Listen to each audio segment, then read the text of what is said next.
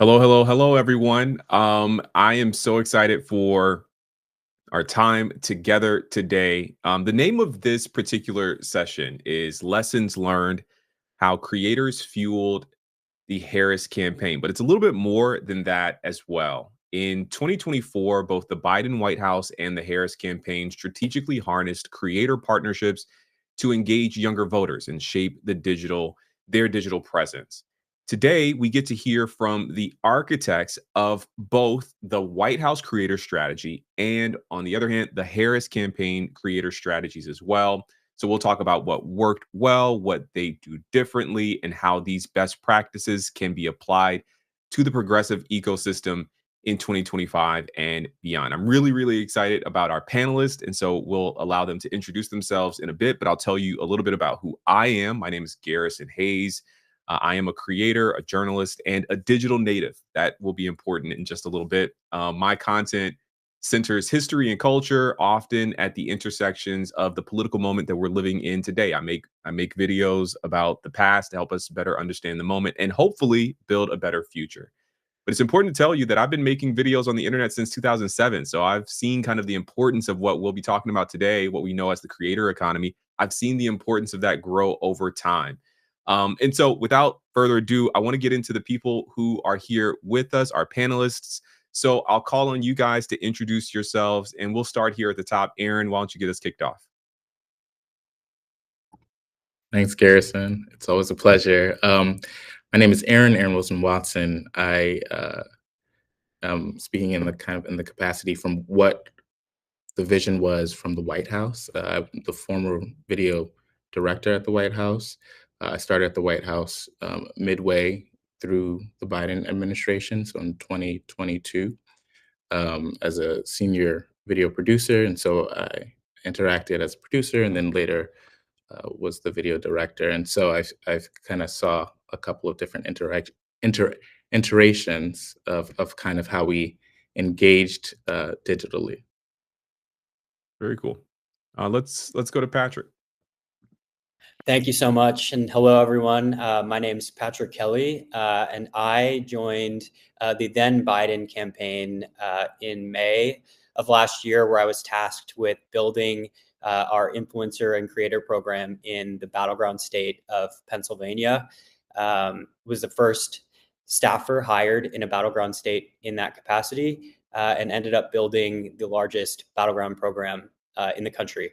Super excited to chat through our strategy, and I really appreciate the time. Yeah, thanks both of you all for being here. We will bring in now Daniela. Hey, thanks, Garrison. Good to see you. And you. Thanks for the time today. I'm excited to dig into what, unknowingly is going to be a really exciting conversation. But I'm Daniela Hernandez Guerrero, and I served as the Deputy Director for Digital Partnerships for also formerly the Biden campaign, joined in April of 2024, and then over to the Harris campaign starting in technically August of 2024 through the end of the campaign. And really the digital partnerships team was tasked with wrangling everything that was digital partnerships outside of our owned and operated channels. So anything that wasn't on the campaign handles or coming from the campaign directly was really housed within our team. So that meant everything from, I know the big conversation is podcasters and all of that big stuff, and what our principals stepped into on the campaign trail. But that also meant, activating creators both online, whether that was through our Instagram community, Creators of Kamala, sharing resources and building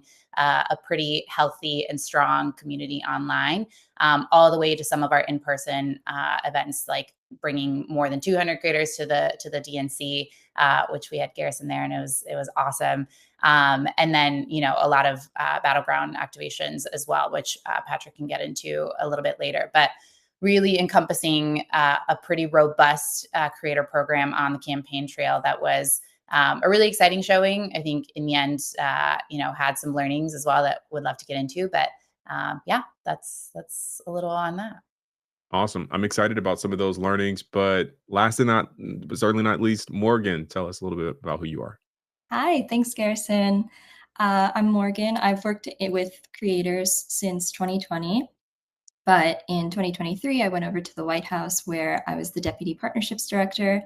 I worked in crafting our influencer program and built out the president's podcast program.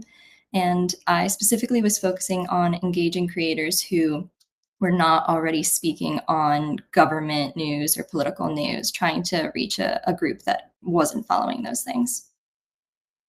Awesome. Awesome. Well, it's really so good to have all of you here, and I'm sure you all have incredible insights. And so this is where I want to start.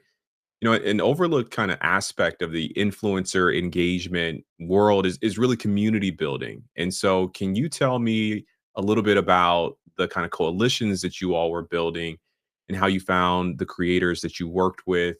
So let's start with Daniela. I want you to answer that question because I know you were doing your thing with Creators for Kamala. Yeah, for sure.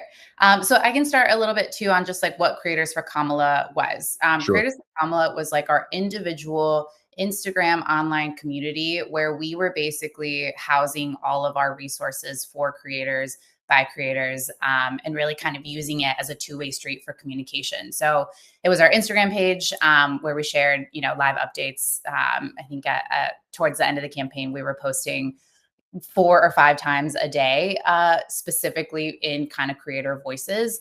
And what we really wanted to pour into that overall community was just being able to speak in the language that creators talk to their audiences. I think something that became incredibly evident very early in the campaign was just how talking points and policy points do not translate to audiences online often. And when we're talking about issues that are important to creators' audiences, whether that was reproductive health care or climate or some of the other issues that were on the table, the policy points that were coming from our briefing sheets weren't necessarily translating to creators who wanted to speak to audiences far and wide. And I think one of the things that we really wanted to keep in mind was building a tent that was as big as possible. So we equally wanted the health creator and the fashion and beauty creator and the climate creator, and giving them all an in route to be able to speak with us and about the campaign.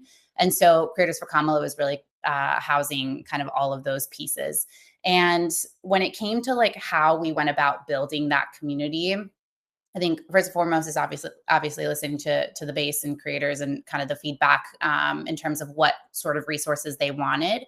But then also thinking about what were the sort of in-person pieces that we could have used to funnel them into that community. So that was the DNC, that was making sure that we were showing up at those battleground events where we might be picking up creators with a local following of 5,000 instead of the creator that's, might be having a much larger reach, but might not be concentrated in the areas that we were trying to get to. So really making sure that we were showing up in battleground states alongside the battleground teams to really kind of show that community off. So really that was kind of the bigger focus for us, and making sure that those resources were relevant. Yeah, I'm hearing something here about kind of non-political creators being really important, but there's also this element where kind of hyper local creators are also really, really important. And so that's a great segue to Patrick to answer that exact question. To say it again, you're engaging with influencers and you're doing community building. And so tell me a little bit about how you're building those coalitions and connecting with those creators. Yeah, absolutely. Daniela and I worked very closely together on the campaign, but obviously we had slightly different goals and strategies. And being based in Pennsylvania and running a battleground program, we were obviously confined to the geographic bounds of the state. And so the very beginning of building our program was essentially focused on finding and identifying as many creators that were based in Pennsylvania or the surrounding areas like Southern New Jersey, some in Ohio, and reaching out to them and figuring out, how do you feel about politics, or how do you feel about our candidate? Is this an opportunity that you would be interested in?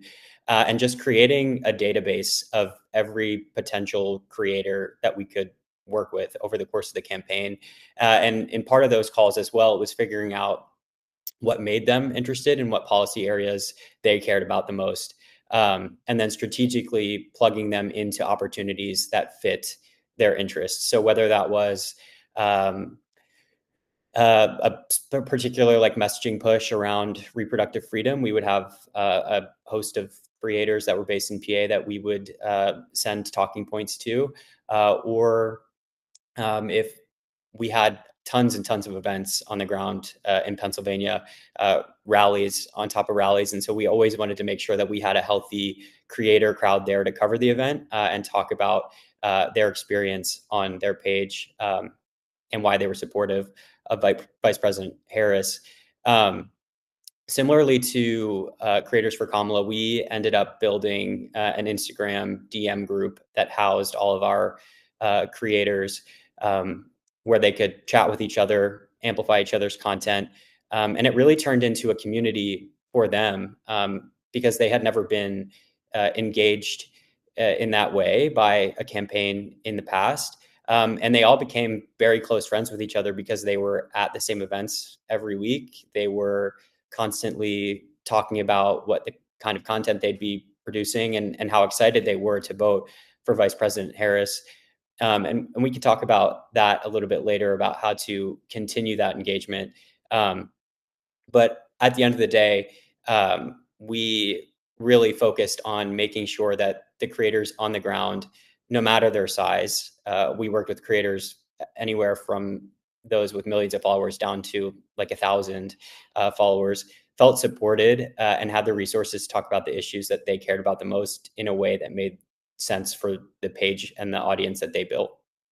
I'm going to kick this question over to Morgan and Aaron soon, but Patrick, while we're here, I'm curious, like step one for finding these kinds of people locally. You know, someone might be watching or listening and feel like I don't even know where to start. So how did you even kind of get started to find these local influencers and creators who may have been in Pennsylvania specifically? Yeah, and that's a really great question.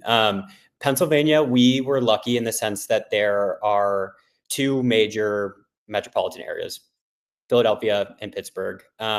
And most of the campaign activations occurred in those regions. So there was like a couple different ways that we identified people. First, the most obvious one, just going through the geotags on Instagram and TikTok mostly, and scrolling through and seeing who's tagging Pennsylvania, clicking on their page, scrolling through their content, and trying to figure out where they're actually based. That was a pretty big portion of it, as well as hashtags, just like hashtag Philadelphia or hashtag Pittsburgh or hashtag Pennsylvania. But another thing that might not feel as obvious to somebody who doesn't work in this space with creators in particular, especially in a battleground state that are local and involved in the creator community, is that they all know each other.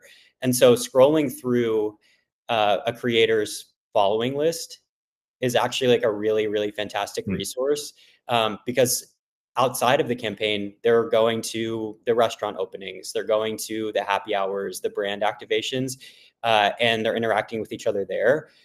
And so that was another way that we would identify creators. And then the last way, really, more like a more personal touch, when we would have those introductory calls with the creators that we were thinking about working with, we would ask them, is there anybody in your network that you think would be interested in working with us? And would you be able to connect us? Or encouraging them to bring their creator friends as plus ones to the events and then getting their contact information there. And it really, I think, again, goes to show the value of building a community and trusting the creators that you're working with to help you build that community with the other people that are local to wherever your campaign is based. Yeah, that's really awesome. Morgan, Aaron, you're gonna have to be patient just a little while longer. I'm gonna come back to Daniela. What makes for a good non-political creator to kind of get engaged in this work? What kind of creator outside of politics makes for a good, kind of candidate for this kind of work? Yeah. And actually, maybe Morgan, we can tackle this together because I know this was like specifically your space on the White House side. And you guys really kind of laid the foundation there. But I would say for me, like, this might be a cheat of an answer, but I'm like, I don't think there is a creator who we wouldn't like want to engage and invite in. I think like the way our team always thought about what is the right type of engagement. It was always like, what is the type of content that they currently offer? And like, if we took that 1 or 2 or 3 degrees further, into politics, what would that look like? So you wouldn't necessarily, look at a fashion and beauty creator who maybe has never talked about politics and say, hey, we want you to come to a rally about, reproductive health. Maybe instead we talk to them about, they've talked about green beauty, they've talked about green packaging, and maybe that is an opportunity to talk about climate and whether that's the achievements of the Biden White House or later kind of what Harris's platform and record was, that might be a better fit. Or you might have someone like you, Garrison, that already dives into those things. You might be a better fit for a short interview or a short conversation with one of the principals backstage because you have, so much like existing knowledge. And then more importantly, your audience is already used to that type of content where that's a surprise and delight moment for them rather than something that's like, oh my gosh, we're getting political all of a sudden. So that entry point, that dissonance, I think is already reduced. So I think we always took an eye with that and just thought, what's the right fit for this particular creator? And whether that was like, when we were able to do that at scale with Creators for Kamala, and we're taking a lot of inbound, especially at the beginning of the switch, of the candidate switch, that was a really great resource to say, like, as a starting point, here you go. And then if you have further ideas, like, let us know, and vice versa. So I think that really kind of started the conversation well. But Morgan, I'm curious if you had more to add on the White House side. Yeah, that's the perfect transition, Morgan. Yeah, I think Daniela had a really great point about almost using like context clues from a creator's page to find out if they were, friendly to maybe working together. So like she mentioned, like seeing a clean beauty post or something. And what I used to do, which was somewhat deranged because it took a lot of scrolling, is like I would scroll all the way back to June of 2021 or 22. Was it 22? Whenever Roe v. Wade was overturned, I would scroll all the way back to there to see if they made any kind of post at that time, even if it was like super subtle, just to get a sense of like where they were standing. Now it's almost even easier because you can look at reposts and people are much more like open with their reposts than they might be like in their actual feed. Another way to see if like a creator might be open to working with you is looking in their following, seeing if they follow like, somebody who, a big podcaster who definitely like doesn't align with what the administration was saying. Like I would probably steer away from that. But like if they maybe even followed like the Secretary of Transportation or like POTUS, like I was more open to like, okay, this person seems like they'd be interested. But yeah, and then when we were organizing specific events at the White House for like a bill passing or an executive order being signed, we would look at the kinds of things that the creators were talking about in their own posts. So like a teacher, while they would make sense for like a teacher event, they also might be open to talking about like reproductive health or like something that has to do with children, like get free lunches, anything like that, and trying to make connections to reach a broader audience with our messaging. Yeah, could you talk a little bit more about those events? I know that there were Heritage Months and things of that nature Mhm. as well. Was that a part of your process? Yeah. So we would have a select number of invitations we could send out for Heritage Months that were happening over in the East Wing. And that we were pretty limited because there were so many people attending those events. Creators were definitely a part of that, but they didn't always get a seat at the table. So we, by the end of the administration, had started making events specifically for creators. One example would be we had the White House Creator Mental Health Summit for World Mental Health Day, where we invited a bunch of creators who had been outspoken about their mental health experiences, people like Remy Bader, and people like Lily Reinhart came. And then we also had experts from the HHS come to speak about what the Biden administration was doing to promote mental health and what we were working on with 988. So we were being proactive with making our own events rather than only relying on like events that were already happening at the White House as well. Yeah, thank you for that. Okay, Aaron, finally, we're here. Talk a little bit about your work in the White House. with creators, but I also know that you worked with kind of more everyday people as well. Please talk about that. Yeah. So, when I came in, I kind of was tasked with finding real world peoples and the ways in which the administration's accomplishments would show up in real world people's lives. So, a big part of what I was doing was very similar to what you're describing with creators, but finding people and kind of giving them the tools to create and to tell their own stories, and supporting that. And there was a number of ways that we did that. I mean, we primarily relied on NGOs, and on nonprofits and a whole host of organizations that were in communication with the administration in order to source those folks.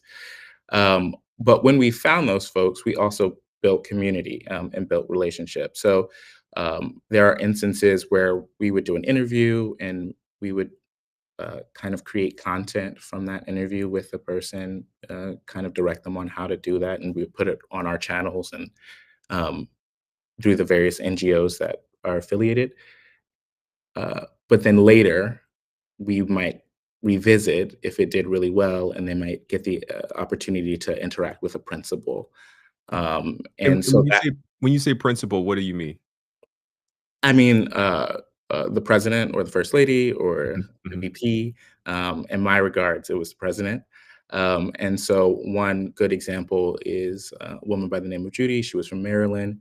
Um, she was paying an astronomical amount of money for various drugs that she was on, and because of um, the ability for Medicaid to negotiate drug pricing decreased dramatically. And so I interviewed her maybe in, I'm not even going to try to put a time. that's, Have a that's good silly. time. But I interviewed her. We created content from that. And then later on, she was able to come to the White House and then do a conversation with the president, and follow up on the successes of that particular bill in her life. And so there were instances like that where we would create content, take normal folks, and then it would later filter its way to a principal. But then there were also moments where um, sometimes we would find real world people, and they would get to interact with the president right off the jump. And one of my favorite uh, pieces was late in the administration. We kind of got to bring back a whole host of folks who interviewed and talked with the president about, various things. And it was amazing to see how some of them had already knew each other, how they paid attention to the videos and how they performed and so forth. But one of the things that we were doing was really trying to give people the tools to create for themselves to tell their own story. So how do you give people the tools and then give them the platform so that their story has the most reach? Yeah, that's awesome. I want to switch gears a little bit. We're all living in unprecedented times. We're living through history. Last summer, we lived through this kind of historic switch moment. And Daniela and Patrick, I want to come back to you two. How did your work change when that took place just about a year ago, a little bit more than a year ago, a couple of days ago? When you switched from the Biden campaign to the Harris campaign, how did your work change when that switch took place? Let's start with yeah. Please jump in, jump in. No, I was going to say it's a good question. I think it's toofold. I think one, we had to switch strategies in the way that the Mm, entire campaign had to switch strategies beyond just creators and what was happening on the digital side. Just listening to the national conversation of what it meant to have that switch. I think having a new candidate in the spotlight created a whole different host of gaps in understanding between the public and the candidate. So with Biden, we were really working on making him, focusing on his accomplishments and top issues for young voters and bringing them to the table, having him look relatable to that same audience. And then when that switch happened, we had this bam, magic moment where for 2 or 3 weeks, we were really honestly riding the wave and observing a lot of the digital content that was coming our way from just like the organic excitement around the candidate switch. And that was like, obviously all like the coconuts content, but more than that was like, how does the public view Harris as a candidate? And then once that kind of settled, I think we really got to sit in the front seat and say, like, how do we want to drive this narrative? And for that, it was, how do we show her track record? How do we talk about, who she wants to be as a candidate and then as a president? And all of that we were finding out at the same time as the rest of the campaign, as the field folks and the political folks, which was a exciting and stressful time. But I think being able to paint that narrative, not just from the field, but being able to drive that firsthand on the digital side was really exciting. And I give a lot of credit to creators for helping us, really boost that initial like 2 or 3 weeks post switch. And then once that settled, I know, we really focused on making sure that we had a well-rounded base of creators. I think we started to expand further out from just like the youth vote, considering how well she was doing with young voters. We started really focusing on the battleground folks and looking at people that might be more in the middle, the soft middle that we really that's all we heard about in the last like month or so. But we had a really early start on that, and making sure that we were representing all sorts of voter blocks, not just the folks that were already with us, that were already making that digital content, and making sure that we were well-rounded in that aspect. So I think those were kind of the twofold that we really considered in that initial month or so after the switch. Yeah, I'm really struck, Daniela, by this idea of the last month or so, when really you only had three or so to work with, right? And so it's a really kind of quick turnaround. Patrick, I want you to weigh in here. Yeah, I mean, our strategy was very much informed by the HQ strategy, and we were following their lead. I will say, being on the ground in Pennsylvania and speaking with voters and constituents, there was a palpable energy in the air when the candidate switch happened, to the point where when we were recruiting creators to work with us when President Biden was at the top of the ticket, our first creator event in May, we got 8 creators to come. And that was the first creator event rally that the campaign had done. And that was a success. When Vice President Harris was at the top of the ticket, if we had 8 creators at an event in Philadelphia, that would have been a massive and utter failure, to the point where the night before the election at the GOTV rally in Philadelphia, it was a big production. Lady Gaga performed. I think we had somewhere between 250 and 300 creators come. It was electric, for lack of a better word. There were creators that we initially tried to recruit that were not interested in working with us. And as soon as the announcement was made, I received emails within hours. Do you still work for the campaign? I want to get involved. And so we were riding that wave too. It just made things easier in the sense that people wanted to create more content on their own. And we didn't have to give them nearly as much guidance because they were following the campaign just as closely as we were, really. Yeah, I got the sense, and I have a few more questions, so we'll keep going. But I did get the sense that there was this real genuine excitement and electricity, and so it's good to kind of hear that even from your perspective on the ground, engaging with this stuff most directly, that you also saw the results of that. I mentioned earlier that I've been kind of working on these digital platforms, posting to the internet for a really long time, and I have seen change over time. And so I want to start with Aaron and Morgan on this particular question, but I'm curious if you noticed any changes in terms of how seriously like these digital programs were being taken at the end of the administration compared to maybe the beginning or when you joined the administration and started this work a few years ago. Aaron, let's start with you on this.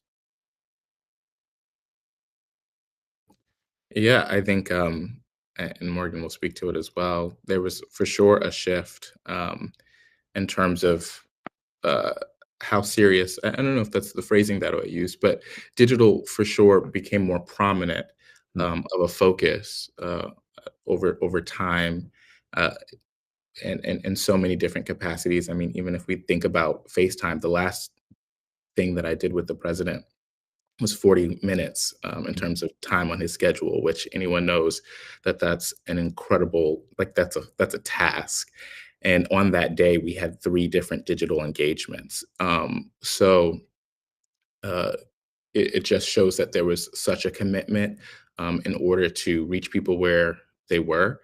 And I think Morgan can even talk about the events that we did towards the end of the administration, but I also can think of the last State of the Union address where digital completely took over the House, where we had, for specifically for video, we were interviewing folks who the First Lady had invited to watch the president, and we were doing content with them.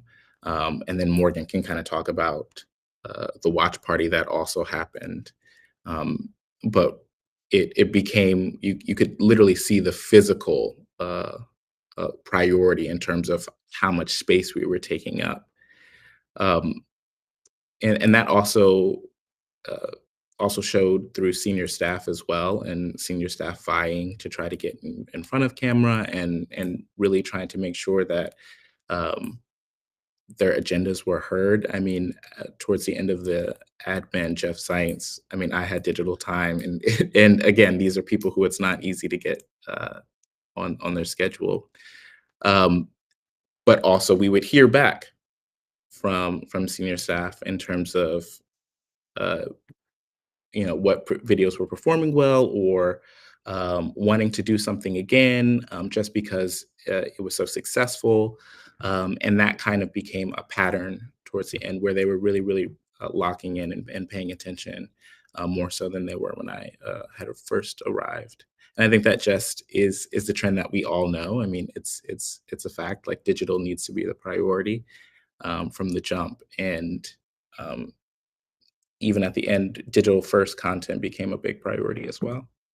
Yeah, thank you for that. Morgan, I want you to jump in here as well and talk about President Biden's kind of engagement with the digital programming. Yeah, like Aaron mentioned, that last SOTU, we took over the state dining room. We had creators watching on screens, watching live as he gave his remarks. And then when he came back, he obviously has historically, he would go and greet his staff. We put the creators on the same stairs as the staff, and he responded and talked to them just as he did with his staff. And it showed a level of respect and trust with the creators that I think was really important, especially going into how they then reported on the State of the Union remarks. And then the First Lady also came and spoke with the creators after the speech as well. And I think, yeah, that time with principals, that FaceTime, is really important to creators, not just because it's cool to be in the room, but because it shows them that they're being taken seriously, because their reach is monumental, especially when we're giving so much access to the press. These creators had, I want to say, the creators at the State of the Union had somewhere around 200 million followers across their platforms. And it's yeah, they should be taken seriously. They're very important, and they can reach people who might not be watching the State of the Union already.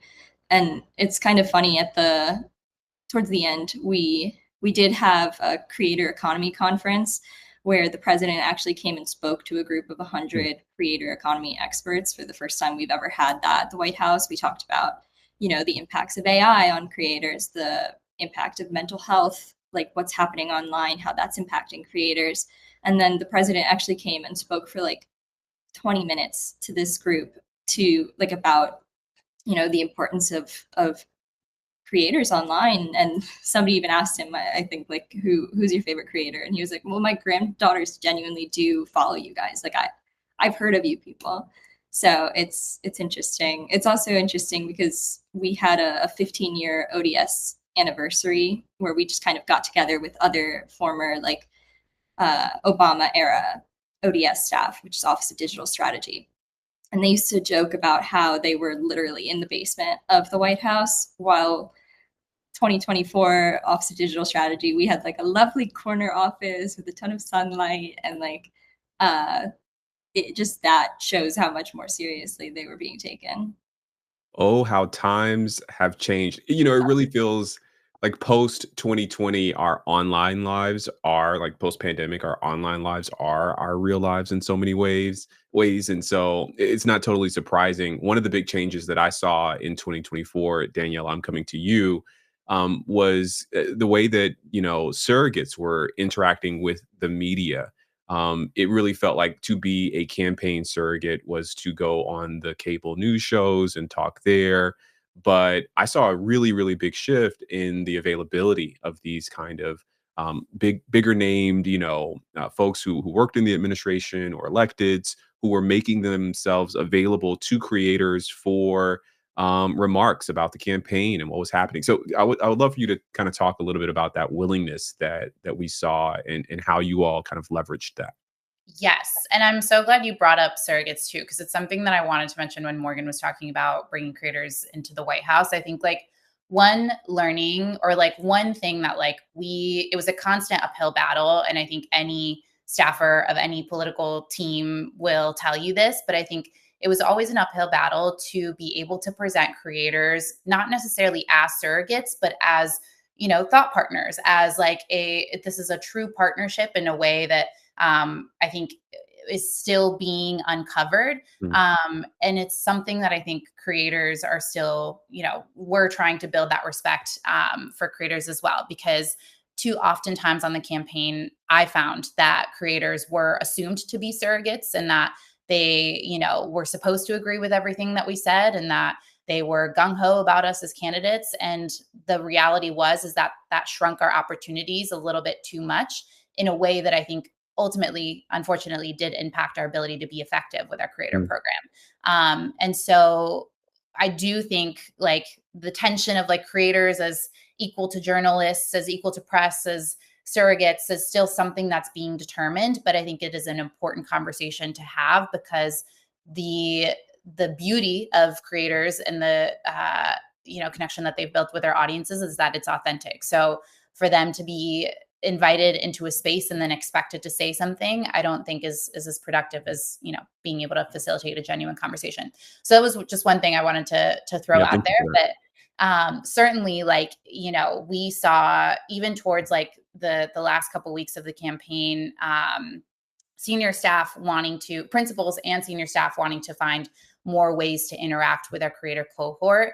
And that was everything from like, being able to book the governor of Maryland, Wes Moore, to come and talk to a group of, I think, about 500 creators that had logged on for the last week of action briefing for us. And, Jen O'Malley Dillon also joined that briefing, and getting time on their calendars at that point in the campaign trail was really, I think, a testament to how powerful the creator ecosystem had been up to that point. So I think I'm hopeful that that continues. And frankly, I think the conversation post-election has only amplified that. And I've seen just about every congressional member, looking to hire somebody that focuses on creator partnerships. And I think that's a separate conversation about how do you do that well?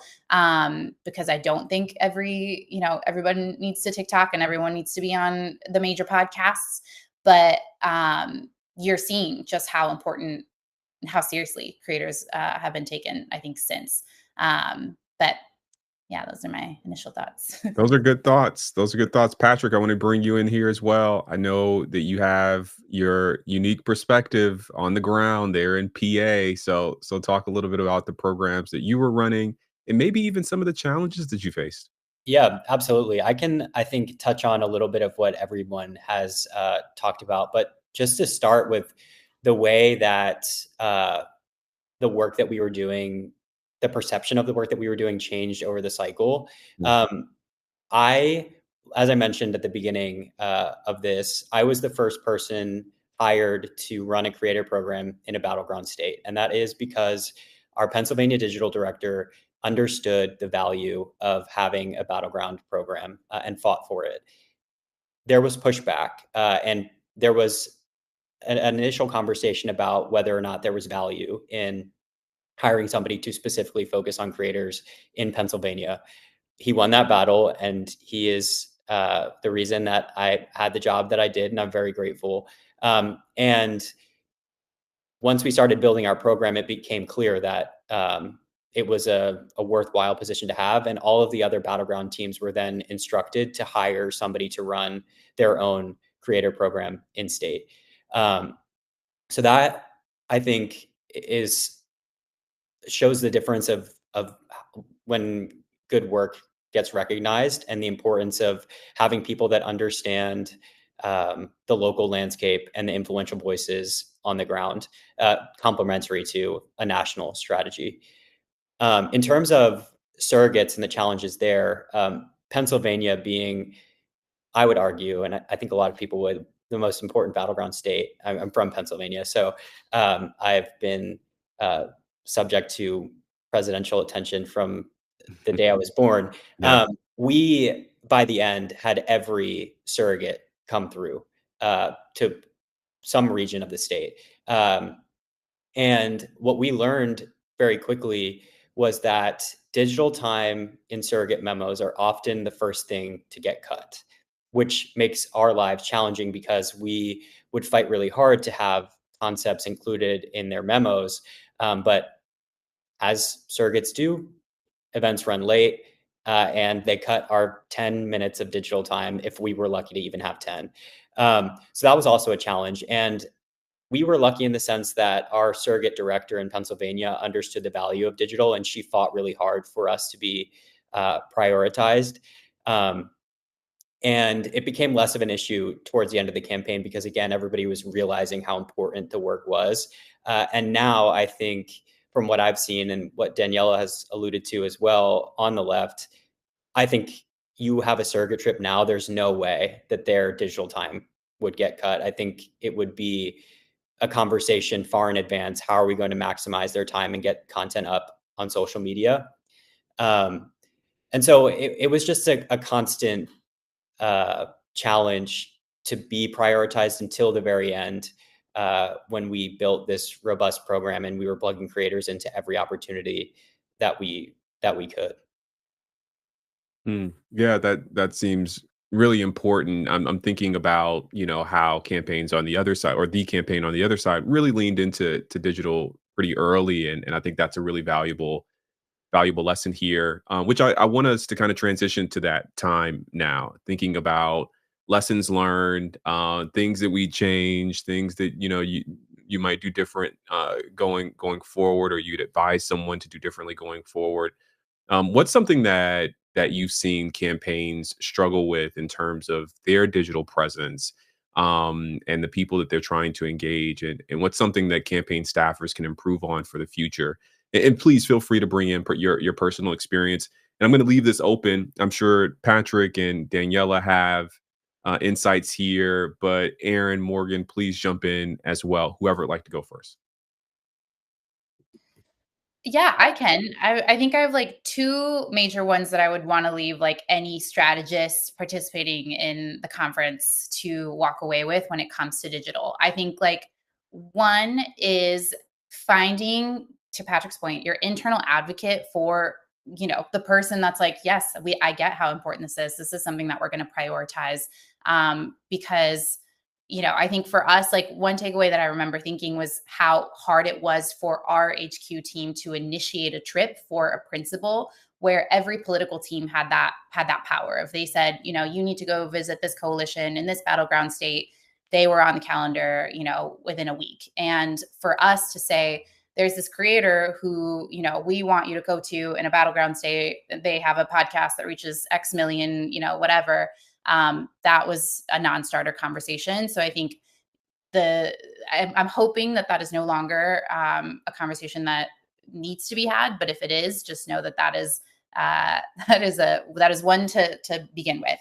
And then two, I think like for generally, I think I was surprised by how tied up and neat our presentations had to be for, this is what this engagement is going to look like. This is what's expected of a surrogate or principal. It's going to be, you know, lights, camera, action, XYZ is going to happen, and then you're going to leave.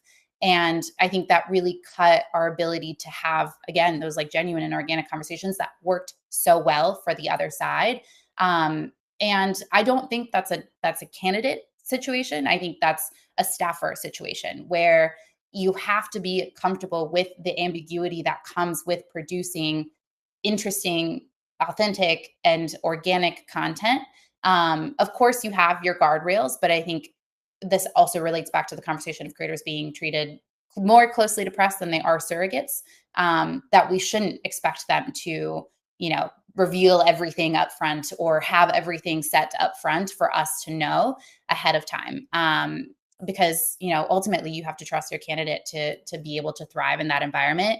And every single time I witnessed it, they do. So you really have to trust that. So I think those are the two that I was like, we could have done such incredible work had we faced less challenges in those two areas. Yeah, I really appreciate the honesty there. There's something to be said about those 3-hour podcast bros. They sit down with the podcaster and the principal or whoever it is sits down and they just talk. And I was talking to Morgan about this recently. You can't be on for 3 hours. You at some point you kind of got to let the guard down and just kind of be yourself, but that's where the magic happens, right? That's where the special stuff comes out. So okay, that's really really good. That's really good. Anyone else? Patrick, I think you should jump in here. Yeah, I'm happy to build off of what Daniela was talking about, and I think there's two things that I would highlight. The first being a similar challenge when you as a staffer present an idea, whether that's for a creator collaboration with a surrogate or a principal, or an idea that lives on your campaign social media channels that then goes through the proper approvals process, gets torn to shreds, and what you're presented back is an idea that doesn't even look like anything you wrote.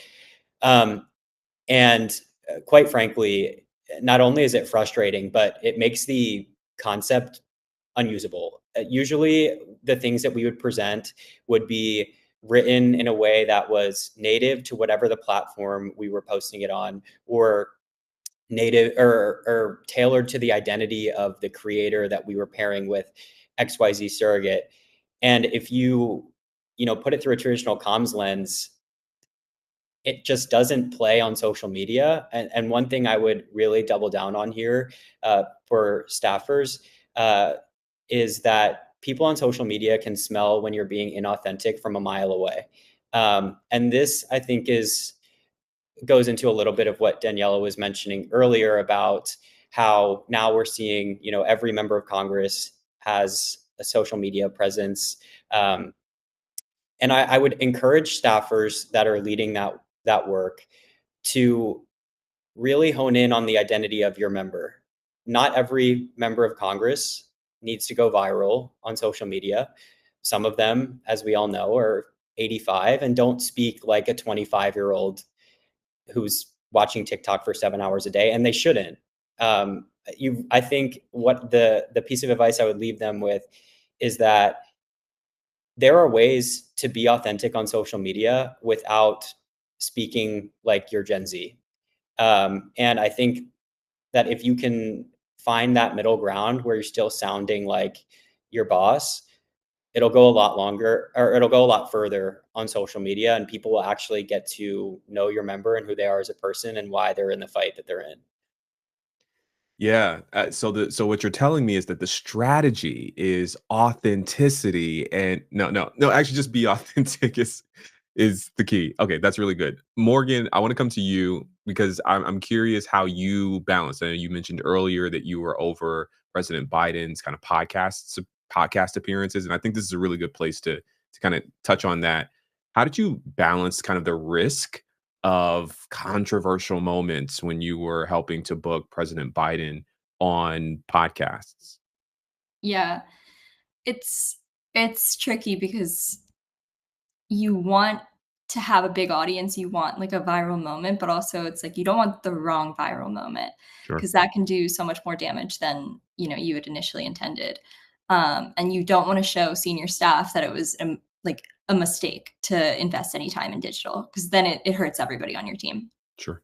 So we were definitely looking for partners we trusted, management companies we had worked with in the past that we knew like wouldn't like screw us over.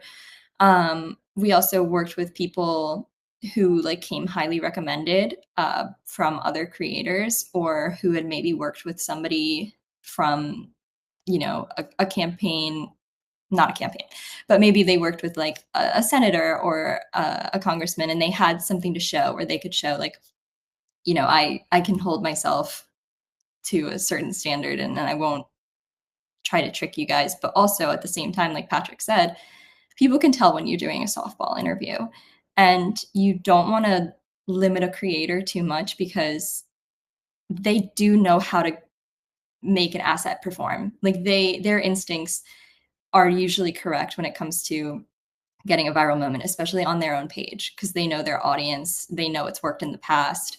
And once you start trying to tweak things, that's where the product falls flat. Like that's why so often if a politician or somebody does a collab with somebody who averages millions of views, but that one collab got like maybe 100K and they're like, well, that was a waste. And it's like, what was the prompt? What was the brief that you put forward? Like, why was it what they usually do? Because that is why it wouldn't perform.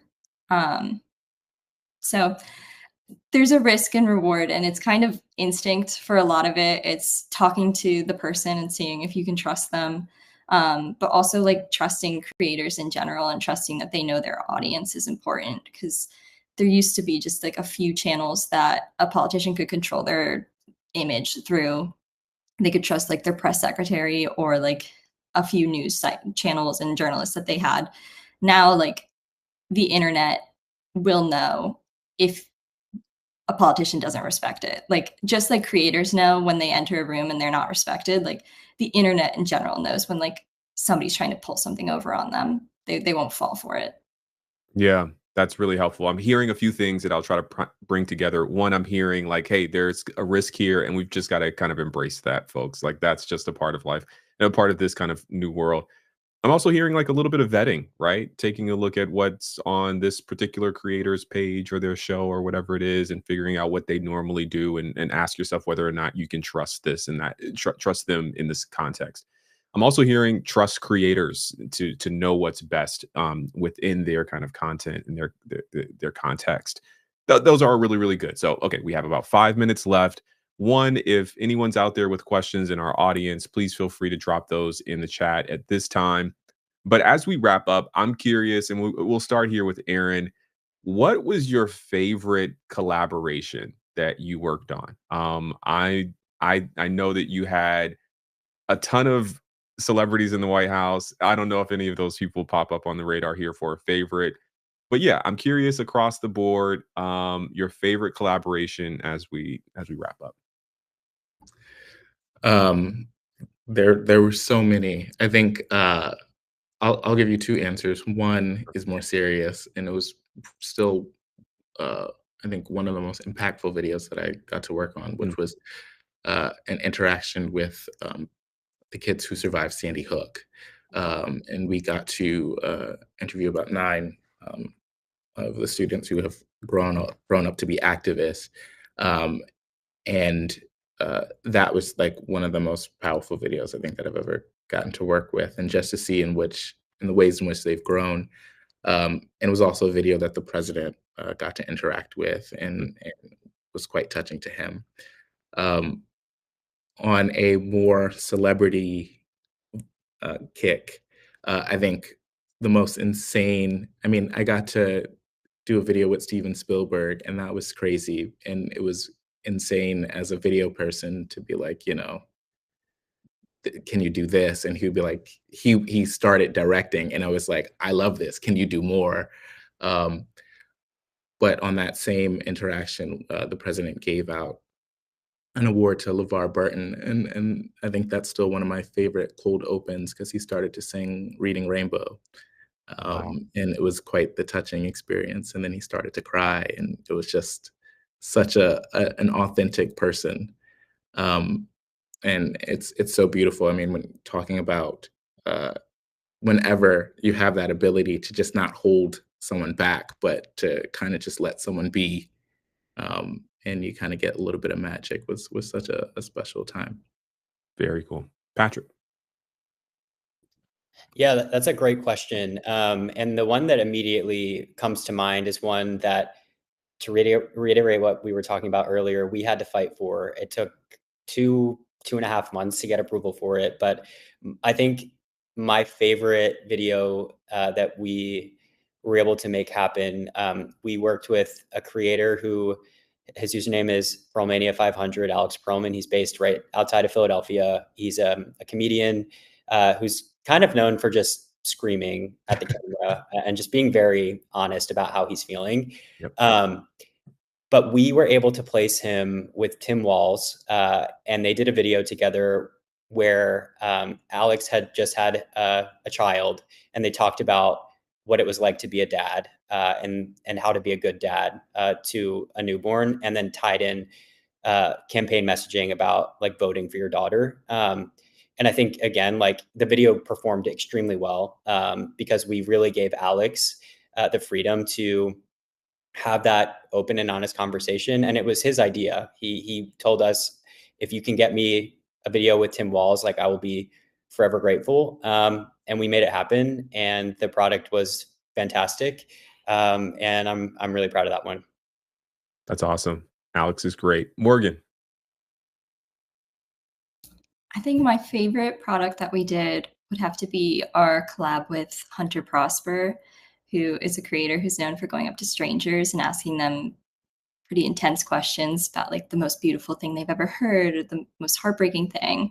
And the president used this as an opportunity to share the story about his first wife and the car accident, where both his first wife and his daughter passed away. And so many people in the comments were saying, "I've never heard this story. This provides so much like background on who he is as a person." So I thought being able to share that story with a broader audience was really touching, and the way Hunter did it was incredible. That's awesome. Daniela. Yeah, I'll round us out with, I think, the flip side of Patrick's experience, where something we didn't have to fight for because the digital director for Governor Walz was like so about the idea that Governor Walz does a pheasant hunt open every year for the last 5-6 years in Minnesota, and she wanted to bring along a handful of creators, and so we thought it was a great opportunity to find an audience that we don't typically speak to, which is the hunting community. And we found, after much conversation and much scouring, 3 creators who, joined us on the pheasant hunt. And one in particular actually took multiple conversations. I probably talked to him for like 2 hours beforehand because he was like, "I'm a closeted Kamala voter." Like, he's like, "I'm excited, but like, I can't tell my audience that. I don't want to like go through the conversation of like, this is how I view the world. This is how you should think about things. Like, have you thought about gun rights and gun safety and all of these other things?" And he ultimately decided to come, and we agreed that he wouldn't actually have digital time with the governor because he didn't want it. He was like, "I want to observe. I want to like be able to soak it in, form some opinions, and then go home. I want to see if he's a good shot." Like, he's like, "I want to see if this guy's actually about his business, or if this is all just like politicians trying to cater to us." And so we spent the whole weekend with him, and it was one of the most like defining weekends for me because I had so many disagreements with him as a person, and we found a lot of middle ground. And he went home after chatting with the governor off the record and made a video to his audience about just like, "This is what I did this weekend. This is what I think. I know a lot of you will be upset about this, but ultimately, like, we as a community need to talk about this." And he got equal amounts of like, the blowback as expected, but a lot of other folks in the comments. And this was like 3 weeks before the election. So it was like grind time of like, everyone was inflamed, everyone was upset, but there was so many comments that were like, "Thank you for talking about this. Like, I never have anyone to be able to like, express this sort of stuff with. So that was like, that will always stick with me as a, like, we did that one really right. And we jumped through a lot of hoops and we had to like get a lot of like things straight, but it was so worth it, Wow. Thank you for that. Patrick, Aaron, Morgan, Daniela, thank you all so much for your time and your insight. And of course, your work. We really, really appreciate it. And I'm sure that those who are watching and listening have learned a lot. So thank you so much. That concludes our time. Thank you all for tuning in.